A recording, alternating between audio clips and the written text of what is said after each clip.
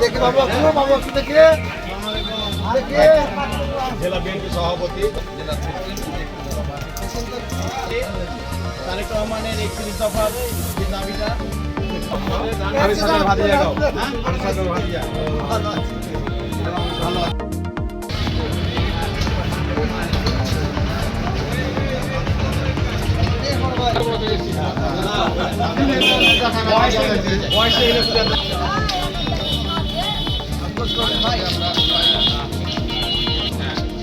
দেখি বাবু বাবু দেখি জেলা বিএনপি সভাপতি তারেক রহমানের 31 দফার যে দাবিটা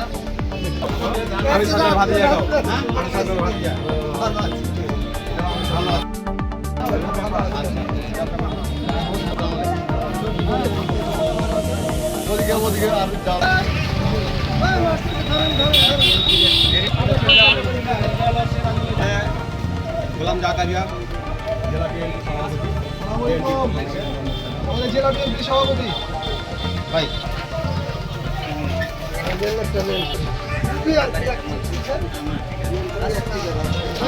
গোলাম জাকারিয়া আমি সভাপতি খালেদা জিয়ার পক্ষ থেকে দিয়ে গেলাম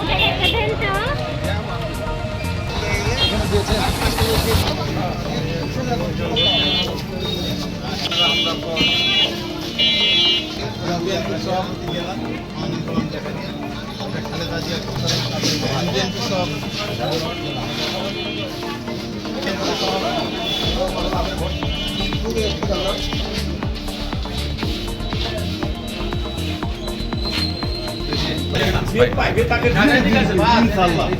আপনি যেটা বলেছেন সেটাই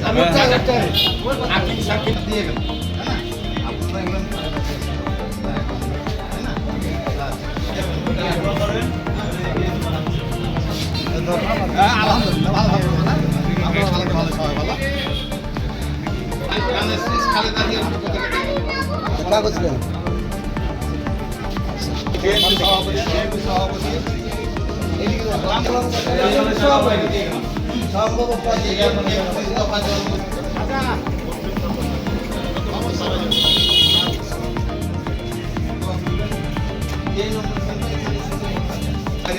জেলা বিএনপি সভাপতি যেই পাইক না কেন ঠিক আছে যেই পাইক বড় ভাই এসছে আমাদের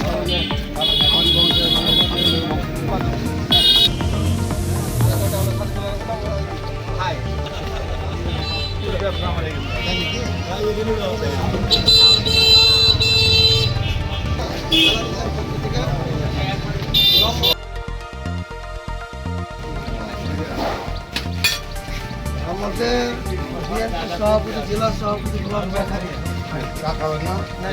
খালেদা জিয়ার পক্ষ থেকে দিয়ে গেলাম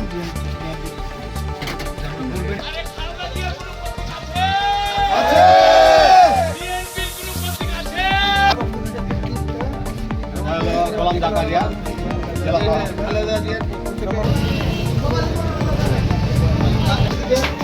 জেলা সভাপতি মেরে দাও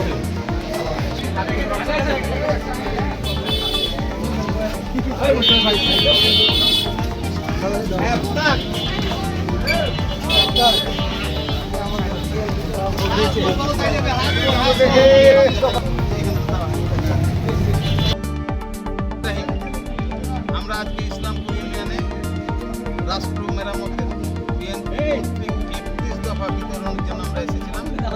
আমরা অত্যন্ত সফলতার সাথে আমাদের বিতরণ কাজ সমালোচনা করলাম এবং আমরা আগামী দিনে বিএনপির হাতকে শক্তিশালী করার জন্য প্রার্থী 10টা থাকতে পারে, 2টা থাকতে পারে, 5টা থাকতে পারে, যাকে নমিনেশন দিবে বেগম খালেদা জিয়া, তারেক রহমান, তার জন্য ঐক্যবদ্ধভাবে নির্বাচন করে প্রার্থীকে বিজয়ী করতে হবে। এই অনুরোধ জানিয়ে আমার বক্তব্য শেষ করছি। খোদা হাফেজ।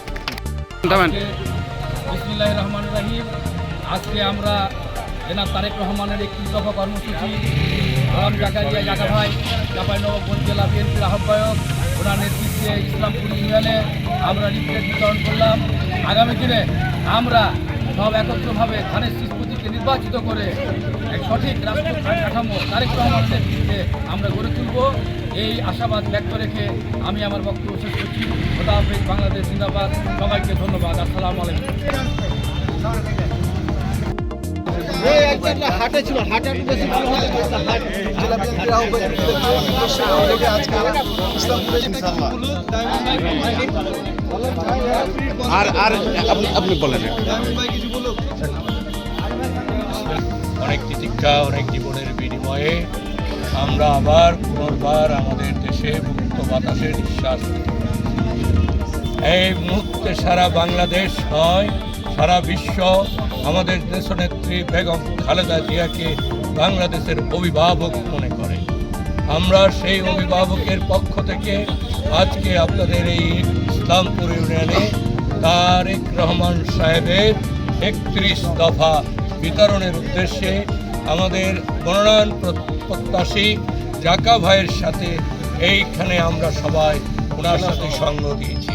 আমরা আশা করি ভবিষ্যতে শহীদ জিয়াউর রহমানের কথা স্মরণ করে, বেগম খালেদা জিয়ার কথা স্মরণ করে, দেশনেত্রী বেগম খালেদা জিয়াকে চিন্তা করে একাধারে নির্যাতন, নির্মম নির্যাতনের শিকার তারেক রহমানের কথা চিন্তা করে আমরা আগামীতে বিএনপিকে ধানের শীষে ভোট দিয়ে নির্বাচিত করব, এই আশা ব্যক্ত করছি।